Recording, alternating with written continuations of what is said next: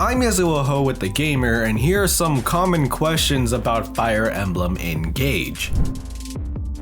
How much should I know about previous Fire Emblem titles? I think it's obvious at this point that Engage is connected to any of the previous Fire Emblem games, but not in the way you think. It's not a direct sequel or prequel, but all of the emblem rings you equip are heroes from previous titles. At best, if you already know each lord or protagonist, you can try to predict how their Engage mechanic or benefits work. Prior knowledge of previous games isn't a necessity. What's the difference between casual and classic mode?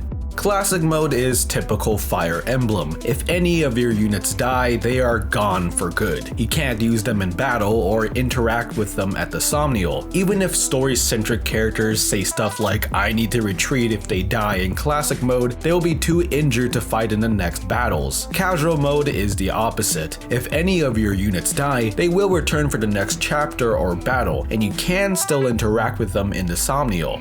I bought the DLC for the game, but where is it? You do not start off with DLC in Engage. After beating Chapter 6, the Three Houses DLC then becomes available. For DLC such as Tiki, you must play through her unique paralogue. What are the difficulty options? What are their differences? In terms of difficulties, there are three you can choose from. Normal is the easiest difficulty, best for anyone who wants a lighter, less stressful experience. It's not too easy that you can immediately steamroll through the game, but you won't be punished as badly for making any mistakes, compared to hard mode. Hard mode is not the medium difficulty.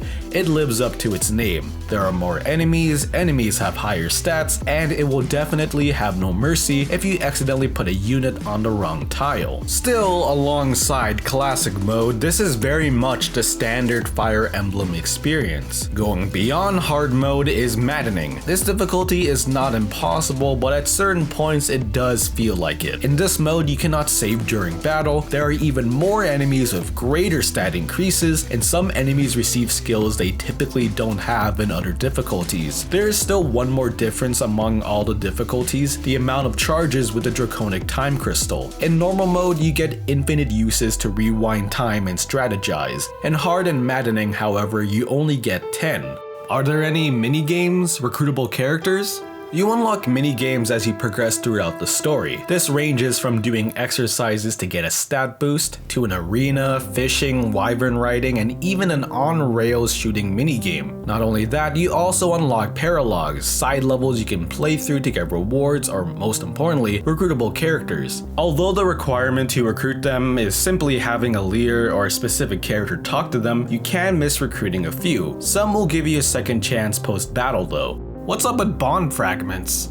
Aside from gold, another major currency in the game are bond fragments. These are used to either engrave weapons to change certain properties, create bond rings to buff units without an emblem ring, and increase bond levels with emblems, letting characters gain access to the hero's skills without the grind. But where do you get these fragments? Thankfully, there are multiple guaranteed ways. Post-battle, you can find them lying on the ground or after talking to units who did well in the fight. If you depart early, the game gives you all of the fragments you missed. In the Somnial, there are usually fragments lying in the cave of Sami, your pet. Speaking of Sami, you can also get fragments by interacting with them by either feeding or petting them, yielding 200 in total. Training and minigames also provide fragments. One of the major methods is through achievements. If you go to the bulletin board in the cafe, you can cash in all of your achievements so far. You can cash in all of them by pressing ZR to get a ton of bond fragments. You get these naturally as you progress through the game, and some have very easy requirements, like deploying a character 5 times. Lastly, you can get bond fragments by donating enough money to a country to level your bond with them. What are skirmishes?